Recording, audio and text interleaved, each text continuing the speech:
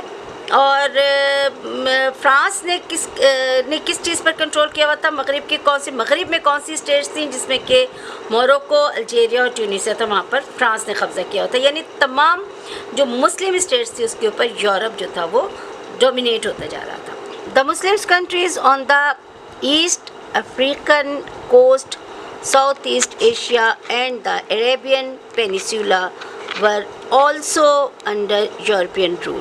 اب دوسری طرف اور کون سے مسلم ممالک تھے جس میں کہ ایسٹ افریقہ کے ساحلی علاقے تھے اور اس کے علاوہ ساؤتھ ایسٹ ایشیا کے علاقے، عربین جو جزائر تھے جتنے، وہ سب وہاں پر بھی یورپ نے اپنا کنٹرول کر لیا تھا. And these countries were either rich in resources such as Persia, the subcontinent, Southeast Asia and the East African countries, or politically strategic like Egypt and Turkey. Hence, the western powers wanted to control them. Okay. اچھا، اب دیکھیں یہاں پر آپ کو بتا رہے ہیں کہ کس ریزنز کی وجہ سے یورپ نے ان علاقوں پر، مسلمانوں کے ان علاقوں پر کنٹرول حاصل کیا. دو وجوہات تھیں. پہلی بات تو یہ تھی کہ یہ مسلمز رول کے یہ جو ایریاز تھے یہ رچ تھے، بہت زیادہ یہاں پر ریسورسز تھے، نیچرل ریسورسز تھے، جس میں کہ سب کانٹیننٹ بھی آ جاتا ہے اور اس کے علاوہ اس میں پرشیا بھی آ جاتا ہے، ٹھیک ہے. تو یہ بڑے رچ تھے، تو ان کی کوشش تھی کہ یہ ساری دولت پر وہ قبضہ کر لیں. اسی طرح سے یا تو وہ رچ تھے، بہت زیادہ ویلتھ تھی یہاں پر، نیچرل ریسورسز تھے، یا دوسری کیا وجہ تھی کہ یہ پولیٹیکلی اسٹریٹجک تھے، یعنی کہ پولیٹیکلی یہ بہت امپورٹنس والے کنٹریز تھے. وہاں پر تمام مطلب وہاں پہ سہولیات زندگی تھی، وہاں پر سمندر ہوتے تھے، تمام ایسے ایریاز ہوتے تھے کہ جہاں پر وہ قبضہ کر کے پولیٹیکلی بھی خود کو بہت زیادہ اسٹرانگ بنا سکتے تھے. تو ان دو ریزنز کی وجہ سے یورپ نے قبضہ کیا تھا. Thus, after centuries of successful rule, the Muslim states were going into a decline, which enabled the rising Western nations to overpower them. Okay? اب مسلمانوں نے سینچریز تک، سالوں تک بھی نہیں، صدیوں تک، سینچریز تک انہوں نے بہت سکسیزفل حکومت کی تھی، لیکن آہستہ آہستہ کیا ہوا؟ اپنے ہی ویکنیسز کی وجہ سے ڈکلائن ہو گیا، اور ان ویکنیسز کی وجہ سے ہی یورپ اس قابل ہوا کہ انہوں نے ان نیشن کے اوپر قبضہ کر لیا تھا. The chase for worldly power and loss of focus were the main causes for the decline of the Muslim states. Here are two reasons. ایک چیز کیا ہے؟ ورلڈلی پاور، دنیاوی طاقت حاصل کرنے کے لیے اس کا چیز کیا، ان چیزوں کے پیچھے، دنیاوی چیزوں کی خواہشات کے لیے، ٹھیک ہے، دین سے ہٹ گئے اور بس دنیا داری میں لگ گئے. اور اس کے علاوہ جو ان کا لاس آف فوکس، جو اصل چیز تھی جس کے اوپر انہوں نے فوکس کرنا تھا، جس کو لے کے چلنا تھا، یعنی اللہ کی کتاب سننا، ان سب چیزوں کو ہمیں لے کے چلنا تھا. ہمیں اپنی ریلیجیس پریچنگس کو، ریلیجیس ایجوکیشن کو ہمیں لے کے چلنا تھا، ریلیجیس ٹیچنگس کو لے کے چلنا تھا. لیکن وہ کس میں پڑ گئے؟ مسلمان جو تھے وہ سب کے سب ورلڈلی پاور کے پیچھے پڑ گئے اور